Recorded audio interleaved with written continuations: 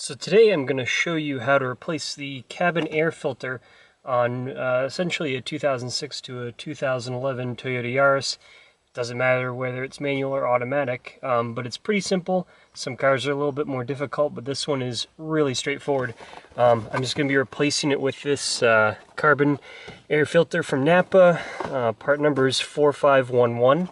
I will include that in the description as well, but the easiest thing to do is just to start by opening your glove box. The filter is located right behind it, and what you need to do next is just to push in either side of the glove box, and it can work to kind of push in one side before the other, and then you will be able to pull it out all the way, and it just pops out. You set that down, and in here you'll see where the filter actually is. And all you have to do on the side is these two little tabs, and you want to be careful with these because they're kind of delicate, but you just push them in towards each other like this. So you just pinch them, and then it pulls out.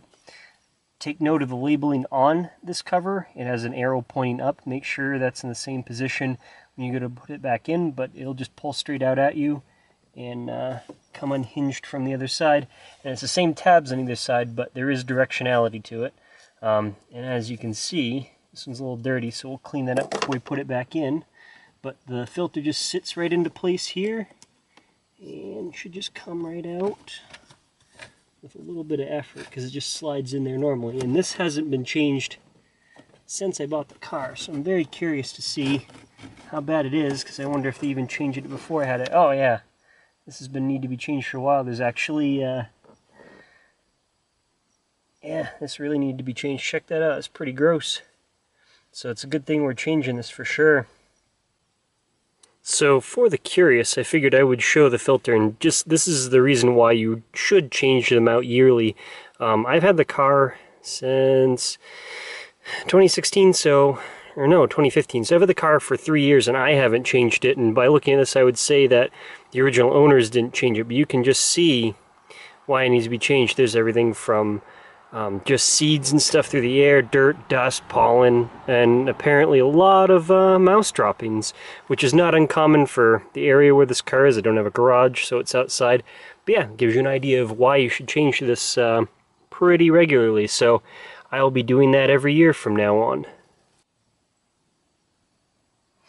Well, I didn't want to make any of you feel like you were slighted by me not showing you, I guess, cleaning this out. I'm not going to do anything special. I'm just going to use some of the generic automotive cleaning wipes from Armor All. Don't really, I like them. I don't know if there's any better ones or not, but they're nice, quick, and easy.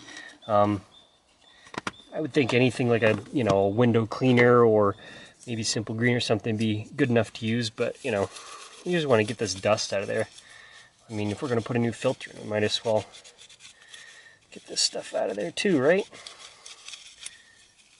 Yeah, this is gross. Although, I guess it could be worse.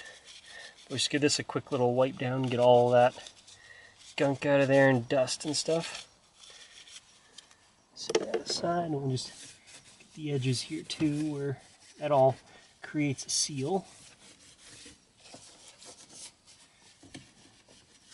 I don't think you have to go too crazy in here. It actually looks pretty clean inside of there. I'd show with the camera, but I don't have good enough lighting in there. But if you open up yours, you'll see the same thing. So get that all wiped off.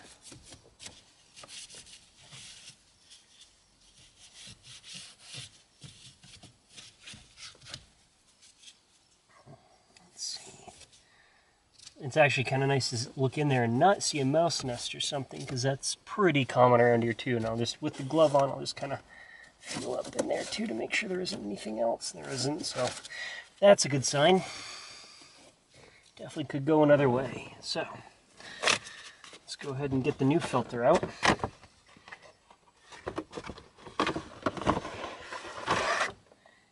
And I did decide to go with an activated charcoal style filter because that's what was in it previously. And one thing to note on pretty much every single air filter, from what goes into a car to your home heating and like that, will have an arrow to show you which direction to put the filter. And in this case, this should be, sometimes it is the direction of airflow and sometimes it's the direction of up. So I'll just confirm here in the directions real quick.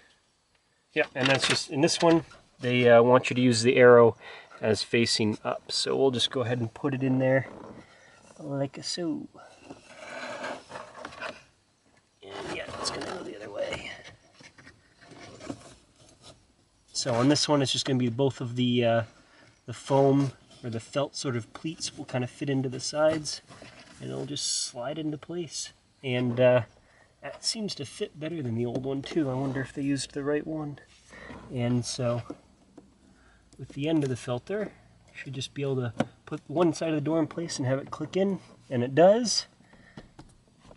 So now that that's in position, we can put our glove box door back in, and it's just a reverse order. We want to make sure that the bottom little